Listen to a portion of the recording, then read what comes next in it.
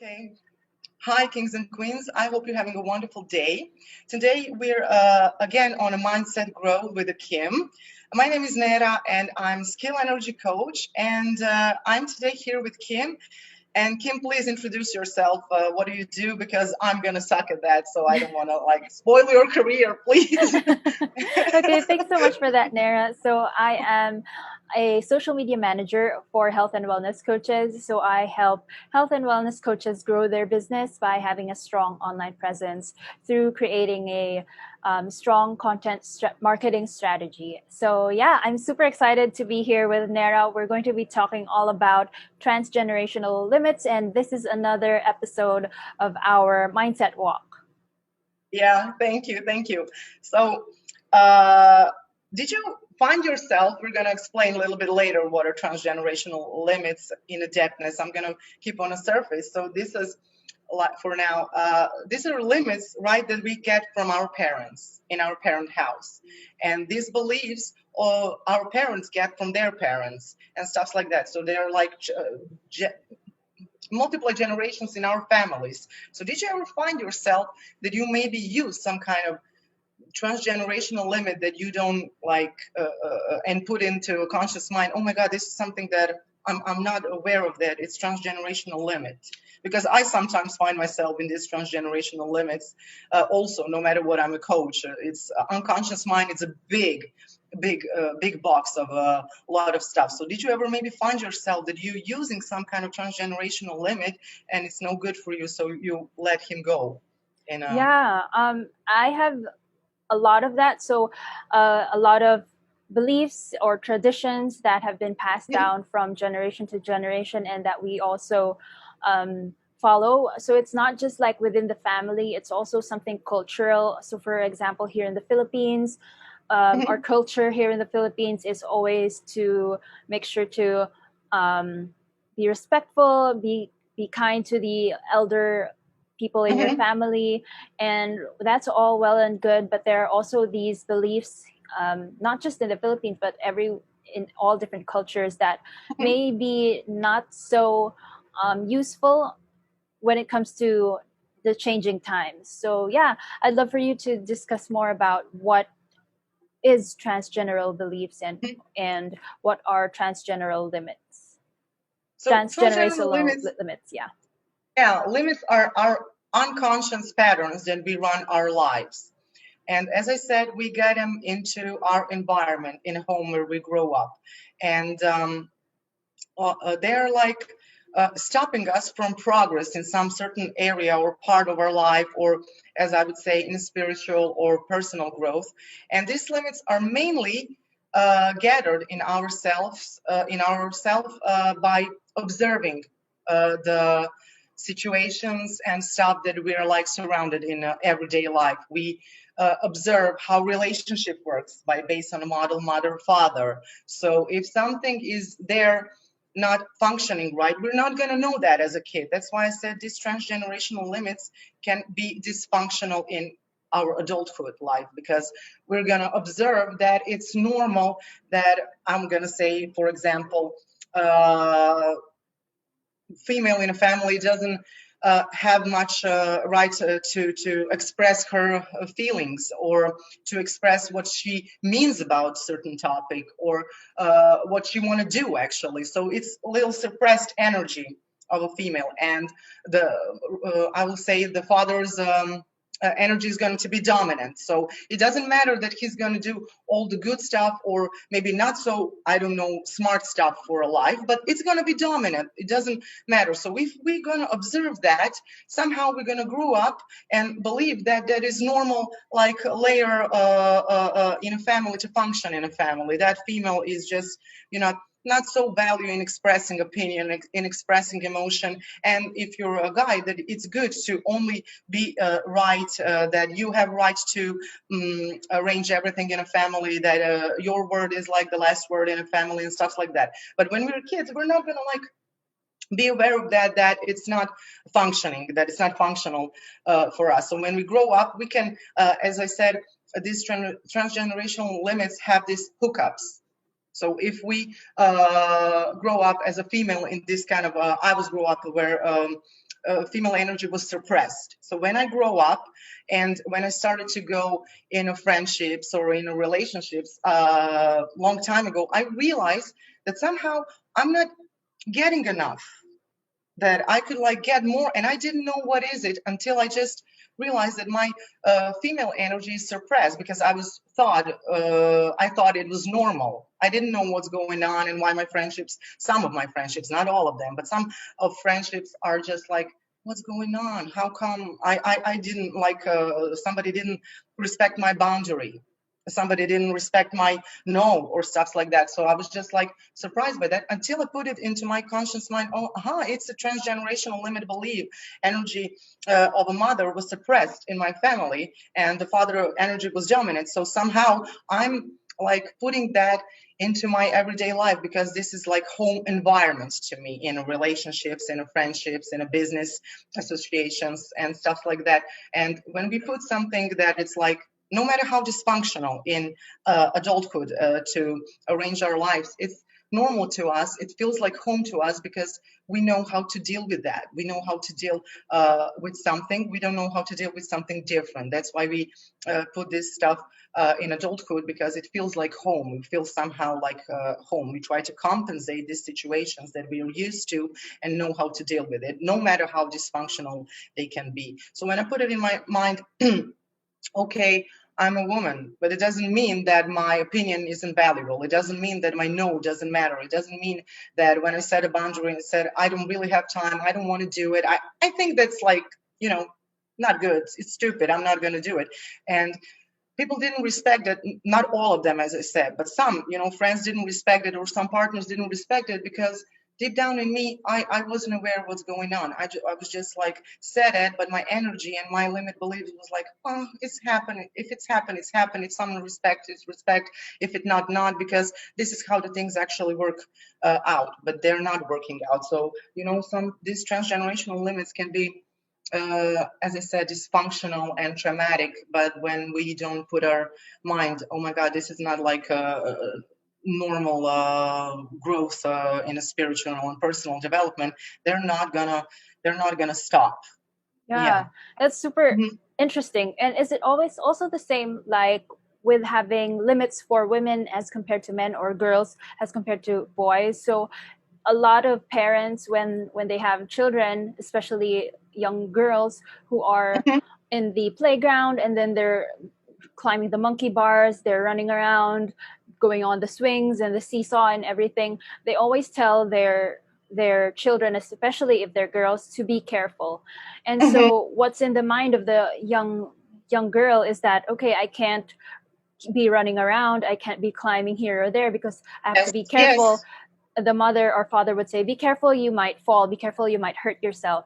So that's what's yes. put in the minds of the young girls, that they might Yeah, fall, they might hurt themselves, so they have to be prim and proper. They can't be rowdy like their playmates who are boys, because yes, a true. lot of parents, when they have sons, they wouldn't as say that as much as they would say it to Yes, their yes. daughters, like when Weird, both. sounded weird. Don't climb on that tree, Yeah, or yeah. something to say to a boy. When they Yeah. see their son, a young little boy climbing a tree or climbing the monkey bars, they would say, of course, be careful, but not as compared to when a young girl does it, a little girl does it. They would immediately scold True. them or tell them, you might hurt yourself, you might fall. So what's put inside the minds of young girls is that, okay, I have to be careful. I can't be running around, climbing here and And when there. you And grow so, up, that kind yeah. of person can go or to stay in that, or go to an extreme. Like if the girl who adult in this kind of environment and talking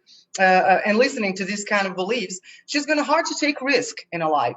She's not gonna Yes. say, yeah, I'm gonna take a risk, I'm gonna prosper. No, she's gonna be, oh gosh, I'm not gonna, I'm afraid to do that. Yes. Unconscious. She doesn't even have to think like that, because she's gonna self-sabotage her on the way of doing that, because our mind, our special unconscious mind, is not going to let us to do stuff that we think we're going to be traumatized. He's going to stop us from there. Know how funny it sounds, but this is also his function, to stop us from the things that we wouldn't enjoy, the things that we are scared, the things that we could get traumatized by ourselves. So we develop this self-sabotage system. And of course, you're not going to take a risk. You're not going to go on a bungee jumping. You're not going to go, stuffs like that, because these things are going to be scary to you. And you're not going to know why are they going to be scary. And you're going to sit with your little girl in a park and say, stop climbing there. You're going to break everything on you, not knowing why are you doing this, because you somehow know this is a normal thing to say when you're raising a daughter. And when you're going to have a son, you're going to cheer him up. Yeah, go for it. Be careful, but go for it. You can do it. You can climb more. And, this is also when, this female and masculine energy is just gets out of the system in society, I would say. Yeah, it's When all we grow around up. society. And that also translates to how women take risks in business, in their relationships, in their friendships. It translates all in all aspects of the life of their lives. So because they were raised to always be careful, they would take Mhm. less risks in business. They would take less risks in their relationships or their personal growth and development as compared to men. So there's a lot of studies that show that indeed that men take more risks than women, but of Yes. course that the glass ceiling is being broken. A lot of women are stepping up and being role models to other women, but Mhm. it's still a big issue right now that Yes. women still need that push as compared to men because of everything that's going on in the society and because of Mhm. these transgenerational limits. Yes, these transgenerational limits. Let's just say that you grow up Hmm. some transgenerational limit, and you find yourself, you have a trusting issue. Like, you don't trust me, you don't trust your friends, your business associates, co-workers. You don't really trust anyone. The cashier, the waiter that is giving you food. You just don't trust anyone. And you don't know why you don't trust anyone. It's because, like, let's just say you grew up in a home where showing emotions wasn't a value. When you came to your parents and say something, it was like Sheldon would say, there, it's fine. And you don't know how to show emotions because a couple of times you open yourself up and this opening was closed up. And you don't know, why would I open if it's going to be closed up? I'm not going to open myself. And you develop this defensive mechanism, and you don't know why you develop. You just grow up and you say, I don't trust anyone. They're all cheating. They're all like that. Nobody's here for me. And you don't know why you're saying this. You just feel it like it's a normal thing to feel. And as I said, when you go into transgenerational limits, you can deal so much. You can explore and deal with so much thing and make them like roll up and stop like be hooked up on them when you grow up, and really expand your mind and the soul into a direction where you want to be without this limits that are suppressing you, where you don't feel good. Yeah. Yeah, another thing that I wanted to touch on is the unconscious drivers. So, Mhm. one example would be when we are kids, the parents would usually tell us to stop crying whenever we're crying or Yeah. we're fussing. So stop crying, be quiet. Those are the usual things that we are taught. So when you are always being told to stop crying, Mhm. you tend to suppress your emotions, like you were talking about. So it would also be hard for a person to express their emotions because that's how they grew up when their parents always told them to stop Yeah. crying, A lot to of, lot of. not show tears, not show weakness. So yeah, this is also an interesting topic. Yes, a lot of men, mainly men, are like, when you're young and you fall down, you scratch your knee. A lot of parents will say, "Oh God, you're like a boy. Stop crying. It's not for boys. This is Yeah. for girls," Yeah, and are stuff you like like that. they would And when a you, little boy is crying, they would say, "Are you a little girl? Why are you crying?" yeah, yeah, So yeah. Are that you was Nancy or something? yeah, Yeah, and so that would and it also would make be, the association that men can't cry and women, if women cry, they're yeah, and seen as women weak. are leaking all the time. Like, Yeah. yeah, like, so it's when this kind of a boy mind grows up, you're you're realizing, if you show emotions, if you show weakness, If you show some kind of a tear or feel something, you're not going to get love, because only strong people get love, and strong people don't cry, strong people don't complain. So you get this aspect of a driver: be strong, unconscious driver, be strong, and you try to be strong all the time. And this be strong driver is really how would I say, complicated if we only use negative aspects of that. As I said, every one of us, me, you, everybody has drivers, and they're unconscious drivers. But it doesn't mean that we have to use all the aspects, negative and positive. We can use positive aspects of a driver: be strong. When we realize, oh, I'm, in a be strong driver, or I'm in a driver be perfect, or I want to like please others all the time. So yes, when someone who was taught all the time and taught all the time, don't cry, don't show emotions, this is for girls, be strong, it's not a big deal. Let's just say someone break arm when he was a kid on I don't know, playing basketball, and your parents and all your family saying, oh, be strong, you're going to be fine soon. Of course, you're getting stronger and stronger. And when you grow up, you forget to show and express emotion, because you don't know how to express them, because every time you try, you were stopped. And this dysfunction starts to be normal to you. Okay, if I'm not showing emotions, if I'm only strong, if I don't cry, if I don't make mistakes, and if I'm like cool all the time and chilled, and my chests are always like, big and everything, if I'm strong, I'm going to be loved. This is how you earn love. This is how people are going to respect me and love me. This is actually so far away from the truth. But in the mind of the driver, be strong, it's just like that. If I'm not going to show emotions, if I'm going to like deal with them strong, suppress them and not showing them, I'm going to be loved. I'm going to earn love. Everybody's going to respect me. And as I said, it's so far away from the truth. And people are mainly start to ask myself, okay, now I'm strong like 20 years of my life, adulthood life. Well, I'm not getting love. What's going on? And they start to like dig deeper. And then they realize, okay, I could like work on that part, because obviously showing emotions is a normal and functional type of our Yeah. lifestyle. And yeah, Yeah, well, and yeah, especially since when you are a child, when you are a kid, you believe what older people tell you. You're very yes, impressionable. So when your parents tell you something, you immediately believe it. When someone older in your family tells you something, or your teacher tells you something, you immediately believe what they tell you. So yes, it's very important to mind what you tell these children, because they take it with them until they grow up. It may not be consciously, but also their subconscious. Whatever you told them may affect them subconsciously and without us even knowing it. So it's really important to true. understand what these transgenerational limits are, and also how they can affect other people and Mhm. the younger people, and also understanding it to understand ourselves better. Yes, yes, that's true. Because I said we have these drivers and transgenerational limits unconsciously. It means that I have them, and I love to be aware of them, or to realize why I'm telling some things to my daughter or not. As we were saying, this. Limits where you said parents on the playground say to their children, female Yeah. children, stop, you're gonna like fall, and stuff like that. I was just kind of a mother, but I was aware of that.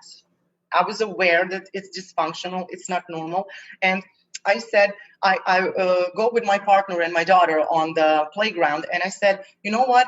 I'm going to go over there, or I'm going to go over walk, because you need to climb there. You need to, try these things on a it's playground. It's nothing bad's going to happen if some parent is there with you. And I explained to her, because I have this thing in mind that you're going to like crash yourself down there. And this is not a good thing that I like constantly, whining there. Stop doing that. Don't, you're going to Yeah. hurt yourself. It's better that I walk away. And, I started to, when she was like, practice all of that. Maybe that's not good, because I didn't see her practicing, but I just couldn't when she was super young.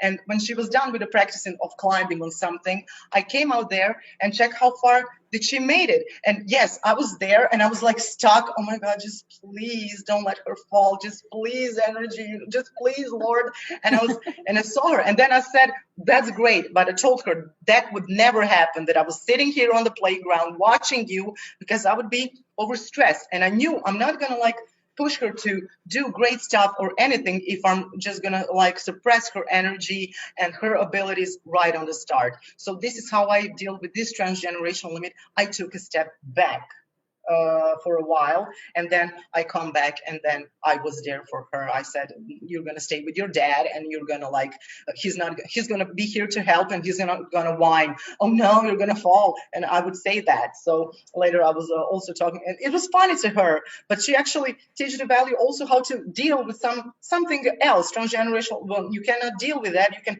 tell to a person, took a step back, and when you're ready, come to see and be super supportive all the time. I just didn't know at that time any other. She's like 12 and half now, but when she was 4, I didn't know how to deal on the other way than just to take a step back and not be there on the playground yelling at her, watch it, like, because that wouldn't be so good on her. Yeah, and she wouldn't really enjoy the playground if you were just screaming at No, her the whole time to be careful, to it not would do be, this, not do mom, that. like, stop it. It's enough. Yeah, But so it's good that you had that in your mind and not put that in your daughter's mind to always be yes, careful, to not do this, not do that, because she yes. would grow up being too careful and not having the courage to Yeah, take now risks. she's learned when she cannot deal with something, she just walks away. That's so awesome. No, I'm kidding. I don't think that she learned, but maybe she is. We're gonna find out when she's gonna tell me, "Mom, why I'm always walking away from confrontations? Somebody is telling me something, and I just walked away again." But then I'm gonna tell, "Honey, it's transgenerational limit. You got it from me, and it happened like this." Yeah. So I wanted to say our unconscious mind. That's why I have a lot of clients who maybe go on Reiki attunement, 1, 2, or a master degree, or Kundalini, or we're learning, I don't know, regressive therapy, Reiki, hypnotherapy, and stuff like that. And some clients are asking me, they're thinking, they believing, they have this belief that I don't have any kind of beliefs that may affect negatively in my life. And I said to them, look, our unconscious mind is gathered with all, let's just say, from the moment you were born. I'm not going to say from regressive therapy and involve all of this energetic stuff. I'm just going to stick from the day you were born until this very moment. In our unconscious mind is every conversation that we ever had with anyone, is our every experience that we see, our every feeling that we ever felt, our every emotion that we have in ourselves, everything, even our fantasies, visualizations, meditate, everything that we ever experience is in our unconscious mind. And of course, it's hard to be aware of that all the time. So what we have to do, we have these tools, we have this knowledge, and do thing one thing at a time, not all of these things, because as I said, some clients of mine, they think, oh my God, you don't have any kind of issues in system of beliefs. No, I find myself also, I'm going to deal with this, I'm going to deal with why I'm not giving or receiving enough of the I'm just going to say love, for example, or money or something. It's not about that. I was just using this as examples, but I also was telling to them, I also find myself in some, where does this come from? Why do I have this belief? As I said, maybe I mentioned to you sometime, I was having this really big issue with success. I was afraid to succeed. And I didn't know that. And everybody who met me ever and watched my life and were my friends, they said, I would never say that. You're the one who were able to stand on the stage and speak for 200 people without even preparing herself properly, because you don't know what you want to say. And as I said, yeah, but this is obviously not a thing that you're going to do if you're not afraid of success. And when I found out 2 years ago that I'm afraid of success, I immediately start to work on that. Why am I afraid of success? What this, if I get of this into uncomfort zone, would bring me. And I wrote a book, Escalator of Success, because one day when I look all my books that I'm going to publish, I want to look on the shelf and realize, oh my God, look at me. I was so afraid to succeed. I was so afraid to success. And yeah, that's why I'm telling to all my clients, I cannot deal with everything I ever thought, everything I ever experienced. I'm trying to even tell to them, like, you and I have this conversation right now, Kim, Mhm. and that I tell to you, okay, tell me everything, like when we started to talk, when we rolled this camera to tape us, every sentence, how you said to me and I said to you, there is no way you're going to do it, but your unconscious mind knows it. And he remembers that forever. And every kind of stuff like that. When you were in a grocery store, when you were crying, when you were like had your first or second heartbroken time, or everything, it's in unconscious mind. And I said it's hard to get everything on a surface, but there are so much things that we can get on a surface and change and really live prosperly and grow. Yeah, that's super insightful what you mentioned, and we were also mentioning all of the different negative aspects of transgenerational limits, but there are Mhm. also the good aspects of transgenerational beliefs. Yes. So we can touch on that as well. One would be when as a society, we are taught to obey the laws. We are taught to follow the traffic rules. We're taught Mhm. to look left and right before we cross the road. So those are transgenerational systems Yeah. that we follow, which is very important for us as individuals and us as a Yeah. society. So these are the good aspects of these transgenerational systems, but there are Mhm. also the negative parts of the transgenerational limits, which are the ones that we Yes. earlier talked about. Yes, I mean, it's great that you mentioned it. When we were taught look left and right in a traffic, and we still do that, it's good because we're all the time safe. We remember to check the area where we're going with our car, or when we're going with our bike, or as when we're walking. We know that we're like safe. We look left, if we look right, and we're safe to cross. So this kind of system in transgeneration is just actually great. But as I said before, we started taping, let's just say when you were young, and it's normal that you have to tell to your kids. I was tell to my kids, you're probably going to tell to your niece or someone, when you're 4, 5, 6, and stuff like that. Don't talk to strangers, and you're going to explain them. Don't talk to strangers. Don't go into car with them. Don't be getter if they're hook up if they're like showing you candies or stuff like that. It's not important that you deal with this stuff when you're young. But let's just say that somehow you're 18, 20, 21, and you kind of feel lonely. You kind of feel that you are not able to make, I don't New know, friends. friendships, Yeah. yes, or anything. Um, just have to ask yourself, have I left this transgenerational limit? Don't talk to strangers, because if you're with 18 not going to talk to anyone else, it's going to be hard to get into some kind of connection with someone new. It's going to be hard to connect, hard to develop some kind of relationship, because you're going to be stuck and afraid to meet someone new. And as I said, these are minor things, but for some things, and I had clients who had really that belief, they didn't realize they're so afraid of opening themselves up, because they will think, yeah, oh my God, it's because I was thought I'm not talking to strangers or stuff like that. So yeah, sometimes this even minor beliefs can affect a lot Yeah. in our future adulthood life, and how we're gonna arrange him and run. And as you Yeah. said, yes, we have this drivers aspects, like let's just say be strong, be perfect, try harder in a life, or please others, or hurry up. Those are five main drivers that we have. We all have them, and they're all exchanging how we approach certain situation. But one person mainly has one dominant driver. So before I had a dominant driver, be perfect. And for me, it was hard not to be perfect. Like I always tell to people, it's not something good to tell, but it's inspiring story. Uh, I was like 16, and we were having this art history. We were writing the exam, and we had this teacher who was like give us degree by the base that the facts that we were like put in the test. So he would, let's just say, put 15 questions, and it wasn't 15 points to get an A. It was like you could get 120 points. The more facts that you wrote about some manner or some era in art history, and the more facts that you put in exam and the answer, it was 1 point.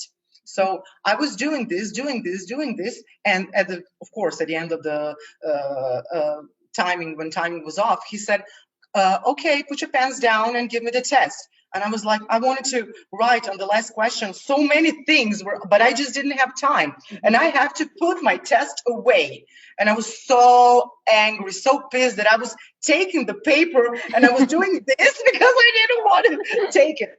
And he took the test and he was like, yeah, put him in the other tests and everything. And I was so frustrated for 1 week when we didn't have our degrees. And I got an A, and the next degree was how do you have C, was in the I was like lower to everybody this how would I say this part that they can get an A because of information that I wrote in a test. But as I said, when I was like bringing this negative aspect of a driver, be perfect, I wasn't happy with that. Not even then. I was happy when I was getting an A, but I wasn't happy in the very moment when I was writing this. Oh my God, look at this, how beautiful I write these informations. Look how much I know and everything. I was just focused on this 3 or 4 things that I haven't right in the test. And when we get like this, all the class turned to me and said, hey, like, I was like, I got to see because you got a name, you have to write so much. And I started to work on this be perfect driver, get the aspect of a driver, be perfect lightly, and to enjoy the things that I've learned or established. So this is also one inspiring story that I'm telling to my clients, especially if they have this driver, be perfect, because it can be really, if we only use the negative aspects and we drag this transgenerational limit beliefs in ourselves, we're always going to hook up and not going to enjoy in the things that we accomplished or did or done or doing, like in this very moment. So yes. And so it's the same with the systems in school. If you get a 9 out of 10, instead of celebrating that you got 9 questions correctly, your parents would say, okay, what's the one question that you got wrong? Let's go over that one. So so the student or the child would say, okay, I'm still not good enough because I still made this one mistake, because this is what the teacher or this is what my parent is focusing on, what mistake I did. But it's not to say that you shouldn't go over your mistakes, because that's a good way to learn. So it's good to also see, okay, I made a mistake here. Let's go over that question and see why I made a mistake in that. Did I solve it wrong? Did I understand it wrong? And how can I get it right the next time? But mainly focusing on that you could have gotten all 10 questions correct. Why did you get one question wrong? Why did you have this one wrong? And doing that and making the student or the child feel that they should have gotten a perfect score if they only knew how to solve it this way or understand it this way. That would make the perfection. You start to believe. Believe. Yes, you're going to be loved and appreciated and everything if you've done everything super perfect, above the average perfection, and always have to be super perfect, and you're going to get affection and love and appreciation from other people. But that's so far away from the truth. As I said, this is dysfunctional limiting belief that can stop you in a life. So as I put into my mind why I'm doing this, why I was so angry at myself, when I got an A. I know a lot about art history. I adore that. I adore to learn that topic. And then I started to focusing on these things that I love into art history. I love to learn it. I love to explore it. I love to know what happened, which was like architect in this era, what Gothic painters were in this era and stuff like that. And I was trying, and I started to put my focus there. So I removed my focus in this negative aspects that I was running and focusing on, because it's all about focus. There's not so much negative people and positive people.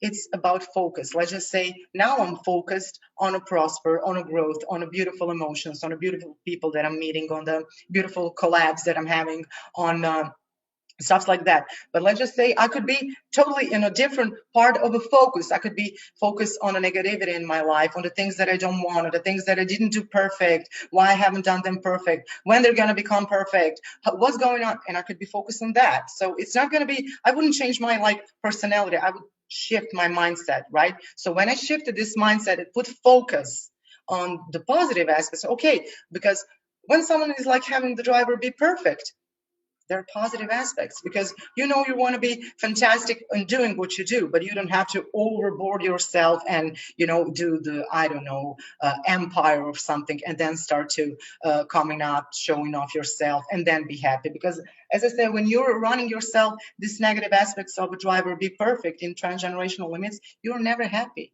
because you Yes. never see this perfection, because you were not taught where is the top of the perfection. Because when you got 10 out of 10, but why it's not A plus? It could be A plus. You got Like, an A, I don't but know, not the an A teacher plus. is giving degrees, not me, but it's your fault. It could be plus. That is really 10 out of 10. It would be a plus. So that's Yeah. what I'm saying. I shifted my focus on great things in the this be perfect driver, and know what to do. But Yeah. as I said, that I could stay in the negative aspect and just be never be really happy or Mm. relaxed or enjoy in my success about anything. Yeah, so Yeah. you were speaking about the 10 out of 10, the Mhm. system of the schools. So it's definitely not the same in all schools, but in all countries, in all cultures. But there are some schools that I know of who rank their students in one class from the top until the bottom. So Yes. usually they do that, like they give like the top 10 percentile of the class. But there Mhm. are actually, I have heard a lot of these stories that they rank the whole class from the first to the bottom. So imagine if Mhm. you're the student at the Yeah. bottom, and you would feel um, so Pressed, depressed, so unmotivated. unmotivated, Yeah. because you're saying, okay, I'm doing all of this, but I am the last person. So am I the dumbest Yeah. person in the class? Am I this? Am I that?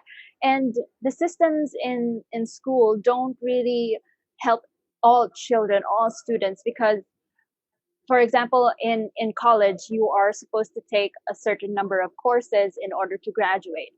Um, Mhm. Not all of these courses or subjects are within your specialty. So, for example, you're in communication, but Mhm. in our culture, if you are in a communication course, you still are Mhm. required to take at least 5 classes of math or science or statistics, Yes. or yeah, anything within that in order to graduate. So most of the students within communication want to focus on communication, on research, on how to show up on camera, Yes. How to develop yeah, really on these skills that developing are going to be skills useful on for camera. them. Yeah, Yeah. that's why they chose the course for communication. But because of the system telling them that you can't graduate if you don't have these 5 subjects under math, science, statistics, geometry, and physics, so they are forced to take those subjects. And when they have a hard time, when they fail these subjects because that's not their expertise, they feel that Yeah. they are not worthy enough. They're not smart enough. They're dumb. Mhm. Um, yeah, they're not good enough. And it's also difficult for the student because they have to do it, because that's what the system of the education tells them to do. So it can be a good thing. I mean, what the system is trying to do is an honorary thing, is a good thing, I guess. What they're trying Mhm. to do, so that the student would at least be diverse and not just focusing on one set of subjects, Yes. like all in communication. At least they have a basic knowledge of math, science, and whatever. But Yeah. it can also be detrimental for that student, because especially if they have this transgenerational limits, where if they're not perfect, they're not good enough, and so you put them inside a class that's not within their strength, and then they fail, or they don't get A plus or A's, they get a B or a C. Mhm. That's when the transgenerational limits start to happen. Yeah. Yeah. I was really come to my senses about how hard this be perfect driver, negative aspects of him, I'm pushing down to my life when I was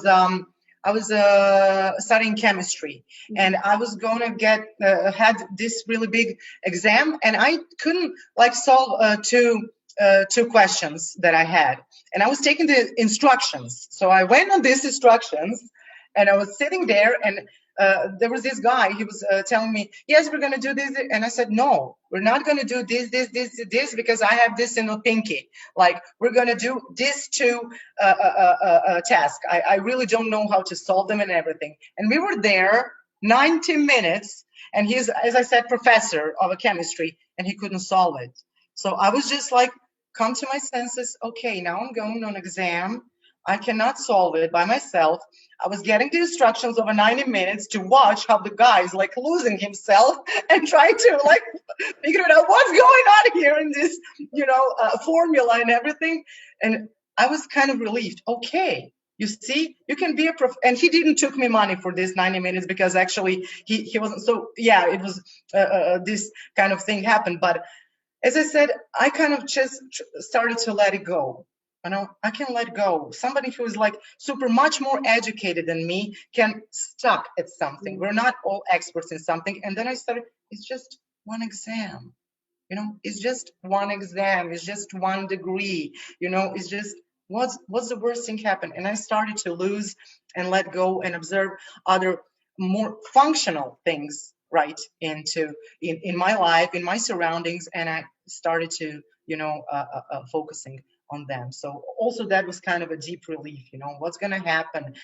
Two formulas, two tasks in a exam are not going to be like super top perfect. So Yeah, what? that's super And it came important. to mind, there was one professor, doctor of chemistry, who is not like in the mood of that to solve it, because he's not dealing with this kind of thing every day on a daily basis. So he probably needs sit down at home and do 2 or 3 days to get himself into this mood so he can solve this, but he couldn't do it in this 90 minutes. So I've just said, I can just like relax. I'm studying, and he is like professor. So this was also helpful to my mind, to let go this aspect of a be perfect. Nothing's going to happen if you're not top of perfect. And as I said, when we're riding this negative driver, be perfect or be strong or try harder or hurry up or please others, we don't know, unfortunately, where is top of pleasing others.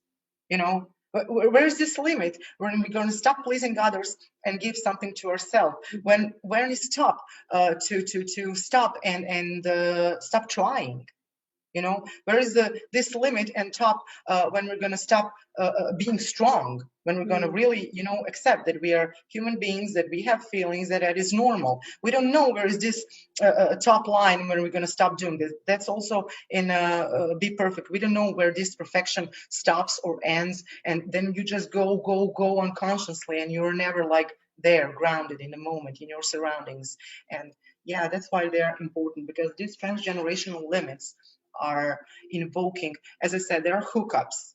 There are hookups where we're going to try to get our environment, in our friendships, in our relationships, and to have this home image.